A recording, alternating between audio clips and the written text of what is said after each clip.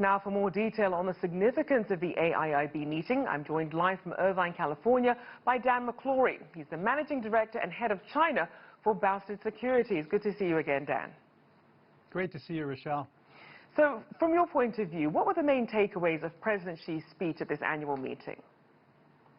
Well, you didn't have to pay too close attention to hear the word multilateral or multilateralism at least half a dozen times.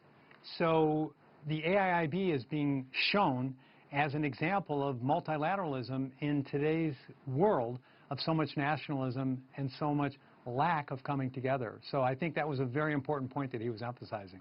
And we certainly heard references to inclusiveness and resilience regarding this year's theme, Connecting for Tomorrow. What's your understanding of this year's theme, and how might we see that unfold? Well, I'm gonna break it down to a very simplistic level, Rochelle. I mean, I think what the AIIB has said is that they're going to continue to get money from the people that have it to the people that don't. And they've shown that in action with almost $6 billion going to some very, very critical needs that are related to COVID. So remediation, relaunching of economies.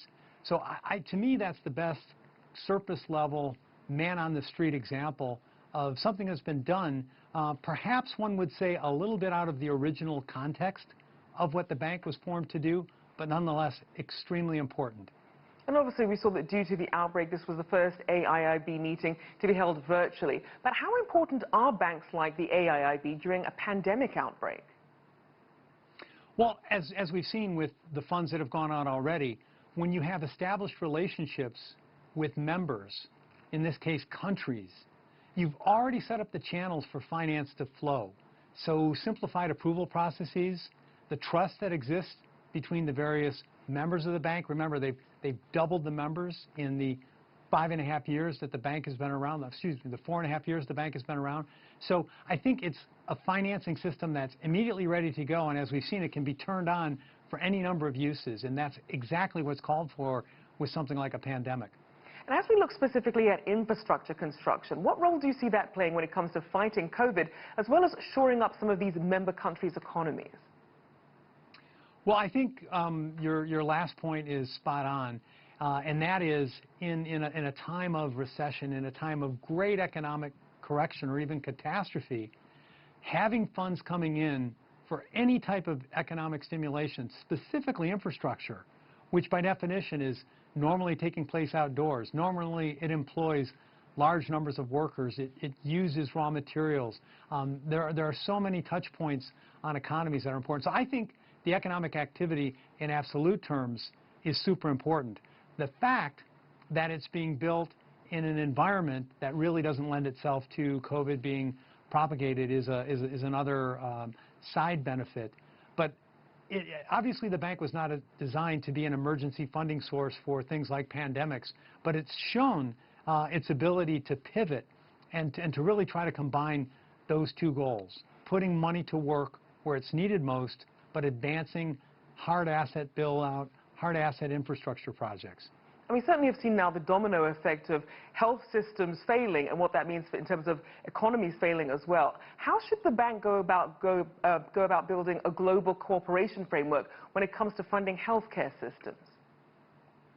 Well, I think a couple of ways they've already talked about doing it. So one starts with an understanding and maybe an exchange of best practices. So this is always a great way when you're coming together, as we are virtually with the AIIB this year for the first time. That's got to be a key item on the agenda. What are you doing in your country? What are you doing with your economy? How is your health system coping with all of this? So it starts out with an understanding and then an exchange of best practices. I think the closest that the bank is getting to it is with this crisis funding, this intervention funding, this special window facility that's been created. And it will ultimately probably come down to, Rochelle, prioritizing certain medical-related infrastructure projects. So if you're looking at a particular country and they're building a dam or they're building a hospital or they're building a port, maybe that hospital is going to get just a little bit more consideration than previously. And so then as you look at other fields that are also likely to attract investment, what stands out for you? Well, it's got to be things that allow countries to put their workforces back to work. And so this could range from things such as manufacturing, it could be agriculture, which many of the member states that are involved with the AIIB have as key parts of their economy. It probably doesn't immediately create opportunities in areas such as export financing. I think a lot of countries are focused on what can I do within my particular economy. So in addition, the original mandate, the original remit of the AIIB, which is infrastructure, it's inherent in its name, moves forward. But again, I think some of those projects are going to be reevaluated based on their urgency, their need, and their impact. So I think you'll still see a commitment to the core purpose, but a lot of observers are very pleased to know that the AIIB also has a heart, and it can act in emergency situations to get the money from the people that have it to the people that don't. All right, we do appreciate your insights. Dan McClory there, Managing Director and Head of China for Boustead Securities.